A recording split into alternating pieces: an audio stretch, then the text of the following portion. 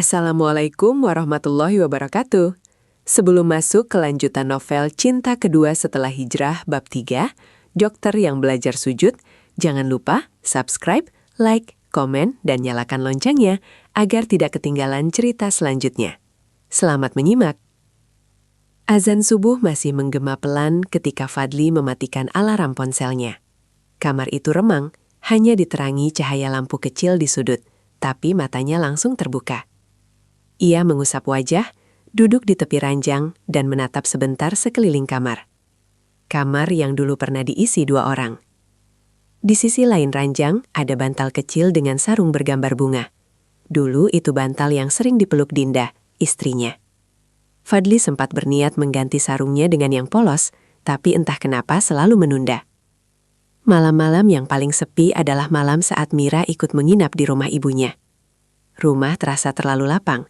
Jam dinding terasa terlalu keras tik-taknya, dan ranjang ini terasa seperti 2 kali lebih besar.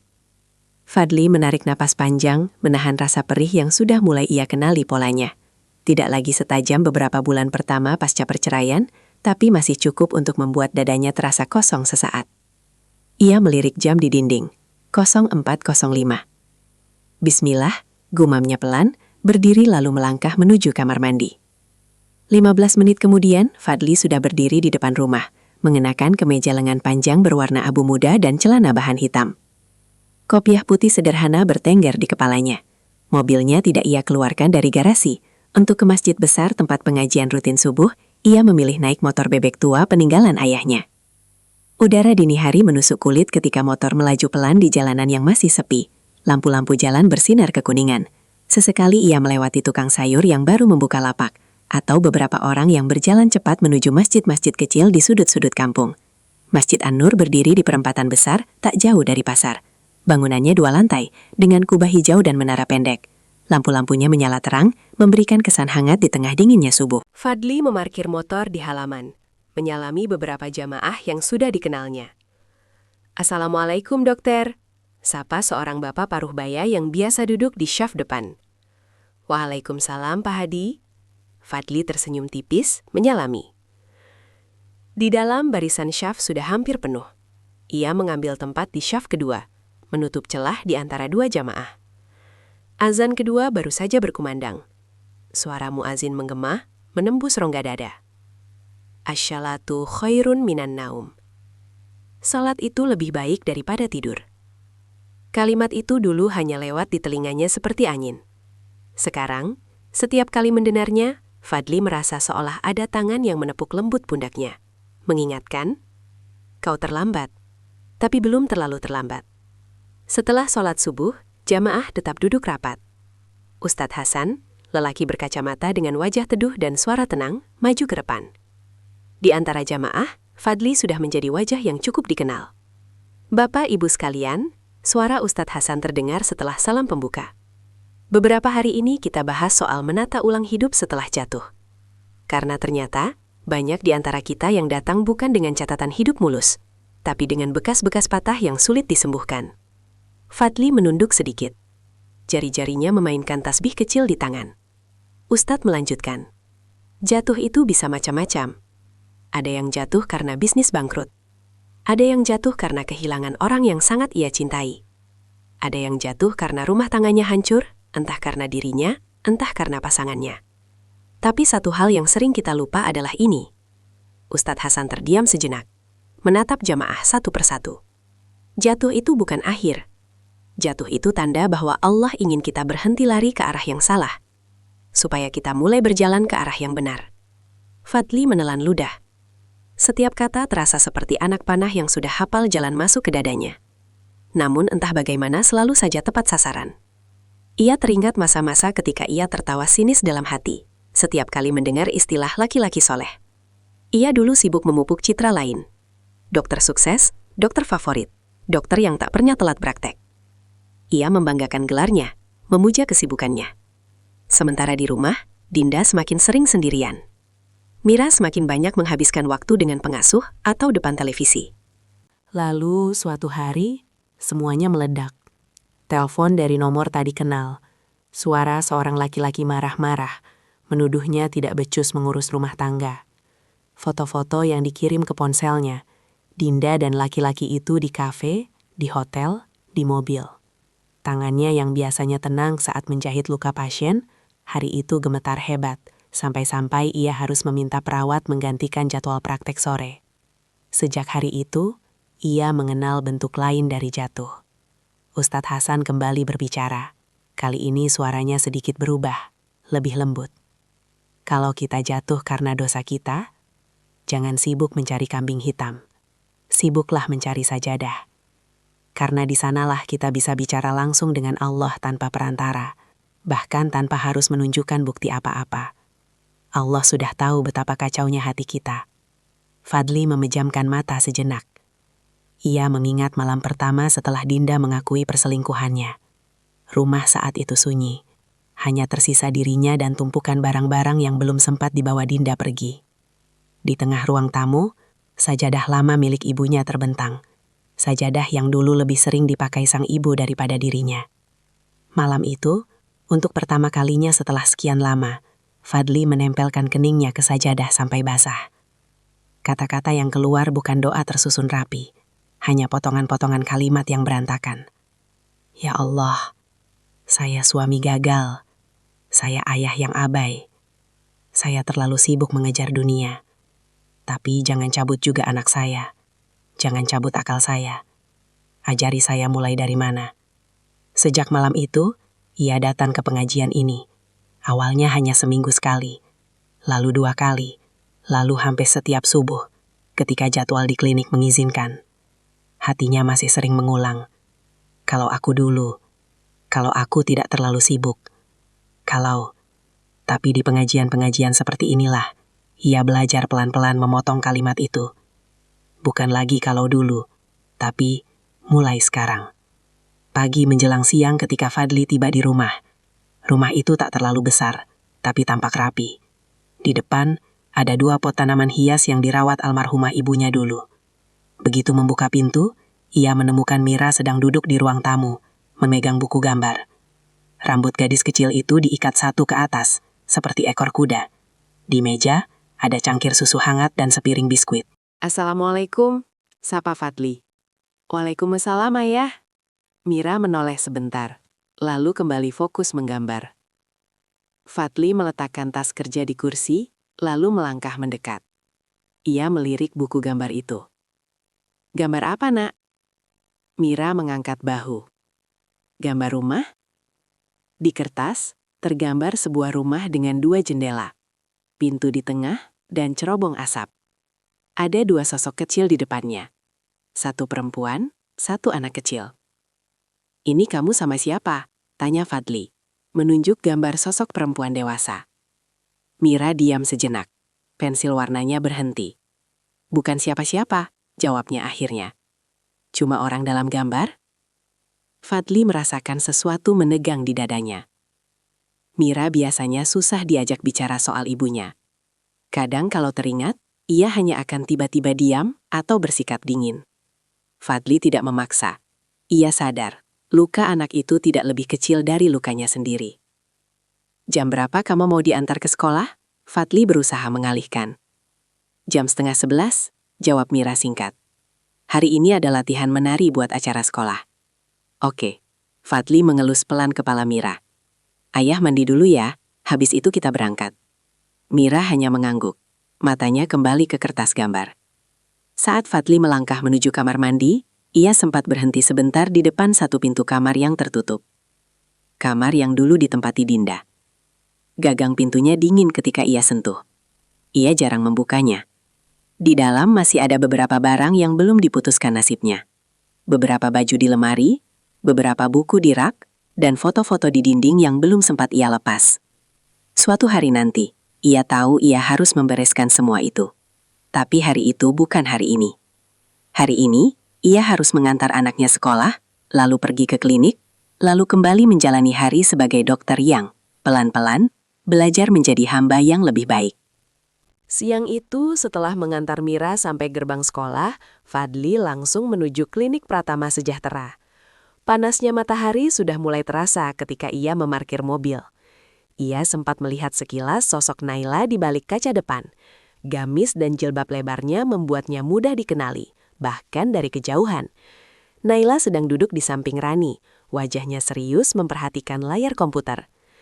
"Assalamualaikum," sapa Fadli ketika masuk. "Waalaikumsalam, Dok," jawab Rani dan Naila hampir bersamaan. "Pagi, Dok," tambah Naila, sedikit menunduk. Fadli hanya mengangguk tipis, seperti biasa. Ia tidak terbiasa terlalu banyak basa-basi di depan staf. Namun kali ini, ia menyempatkan mengulurkan beberapa lembar kertas ke arah Naila. "Ini standar prosedur klinik dan jadwal sementara," jelasnya. "Ibu Naila bisa baca di waktu senggang. Kalau ada yang kurang jelas, tanya saya." "Baik, Dok, terima kasih." Naila menerimanya dengan 2 tangan. Rani melirik mereka, bibirnya menyunggingkan senyum kecil yang entah artinya apa. "Dok, hari ini Bapak praktek sampai jam berapa?" tanyanya. "Sampai ba'da Isya," jawab Fadli. "Tapi habis duhur, seperti biasa, kita break agak lama. Saya minta semua staf yang muslim kalau bisa sholat duhur di musala belakang ya, sekalian ada pengumuman kecil." Rani mengangguk. "Siap, Dok." Naila menahan diri untuk tidak terlalu memperlihatkan rasa penasarannya. Pengumuman apa? Tentang jam kerja? Tentang perubahan sistem? Atau sesuatu yang lain? Ia kembali fokus pada pekerjaannya. Mencatat, menyiapkan kartu berobat, membantu mengarahkan pasien ke ruang pemeriksaan. Musola kecil di belakang klinik sederhana saja. Ruangnya tidak sampai 12 meter persegi. Lantai keramik putih, tikar dan beberapa sajadah tersusun rapi. Di rak kayu di pojok, ada deretan mushaf Al-Quran dan beberapa buku tipis tentang fikih dan doa. Saat adzan zuhur berkumandang dari masjid besar di perempatan, Fadli mematikan komputer di ruangannya dan keluar. Ia melihat Rani sudah menutup jendela depan sebagian, memberi tanda bahwa klinik sedang istirahat. "Naila, ayo, ajak Rani, berdiri dari kursi. Kita ke belakang. Lumayan bisa stretch sedikit, dari tadi duduk terus." "Iya, Mbak," jawab Naila, merapikan jilbab. Mereka berjalan melewati lorong sempit, melewati pintu ruang obat dan ruang tindakan. Pintu musola sudah terbuka. Di dalam, 2 staf laki-laki, Ajat, penjaga obat, dan Rudi, satpam rangkap driver, sudah menunggu. "Assalamualaikum," sapa Fadli dari ambang pintu. "Waalaikumsalam, Dok," sahut mereka. Fadli masuk, menaruh tas kecilnya di sudut, lalu mengambil wudhu di keran kecil di luar musola. Naila menyusul mengambil wudhu di kamar mandi khusus perempuan. Tak lama kemudian, mereka berdiri berjajar. Fadli di depan sebagai imam, di belakangnya Ajat dan Rudi. Di saf belakang, Naila dan Rani berdiri berdampingan, sedikit berjarak. Allahu Akbar. Suara takbir Fadli tidak terlalu lantang, tapi cukup terdengar jelas di ruangan kecil itu. Gerakan syalat mengalir tenang. Bacaannya tartil, tidak terlalu cepat, tidak terlalu lambat. Di sujud pertama, kening Naila menyentuh sajadah yang terasa agar kasar di dahinya. Suara Fadli mengucap tasbih terdengar pelan di depan. Di sela-sela itu, Naila meminta singkat dalam hati. "Ya Allah, jika Engkau satukan kami dalam satu syaf syalat di dunia, jangan biarkan ini membuat kami lupa bahwa tujuan akhirnya tetap menujumu, bukan menuju sesama." Setelah salam, Fadli tetap duduk sebentar. Ia mengusap wajah, lalu memegang tasbihnya. "Teman-teman," ucapnya, suaranya tenang. "Saya tidak akan lama, hanya mau menyampaikan sedikit saja." Ajat dan Rudi langsung menatap perhatian. Rani menegakkan punggung. Naila menunduk, tapi telinganya fokus. "Beberapa waktu ini," lanjut Fadli, "saya sering ikut pengajian di Masjid An-Nur. Ustadznya sering bicara tentang bagaimana kita bekerja." Ia menghela napas pelan. "Saya dulu," Fadli menimbang kata-katanya. "Saya pikir semakin sibuk semakin hebat. Semakin banyak pasien semakin sukses. Saya bangga kalau pulang larut malam dan bilang ke keluarga, 'Maaf, kerja lagi. Ini demi kalian.'" Ada jeda? Rani menunduk. Ajat saling melirik dengan Rudi. Tapi ternyata, Fadli meneruskan, tatapannya jatuh pada sajadah di depannya. Sibuk tidak selalu berarti benar. Kadang sibuk justru berarti kita sedang lari, bukan berjuang. Lari dari rumah, lari dari tanggung jawab yang tidak bisa digantikan dengan uang. Naila merasakan sesuatu bergetar di dalam dadanya. Kenapa kalimat itu terdengar begitu dekat, seolah ia ikut disindir? Di klinik ini, suara Fadli kembali mantap, "Saya ingin kita kerja sungguh-sungguh, tapi juga ingin kita punya waktu menata hati. Makanya saya minta, Kalau azan berkumandang dan tidak ada pasien gawat, kita istirahat sejenak. Sholat. Kalau bisa, jamaah. Bukan karena saya mau terlihat alim, tapi karena saya tahu rasanya kehilangan sesuatu yang tidak bisa dikembalikan. Ajat menelan ludah. Rani menggenggam ujung jilbabnya. Fadli berhenti sebentar, lalu tersenyum miris. Saya bukan orang baik. Saya hanya orang yang pernah gagal, lalu dipaksa keadaan untuk sujud. Kalau teman-teman mau, kita sama-sama belajar. Di sini, pelan-pelan. Sunyi sejenak. Lalu Rani mengangguk, matanya berkaca-kaca. Insya Allah dok, saya jadi ingat ibu saya. Dulu ibu sering bilang, kerja boleh keras, tapi jangan sampai sholatmu dikalahkan kursi kantor. Aja terkekeh hambar. Istri saya juga sering ngomel soal saya telat sholat dok, mungkin harus mulai benar lagi ngatur ritme. Fadli tersenyum kecil. Kita saling mengingatkan saja. Kalau saya sibuk sampai lupa azan, tolong ingatkan. Kalau teman-teman sibuk sampai lupa, saya yang ingatkan. Biar kita nggak kalah sama urusan dunia.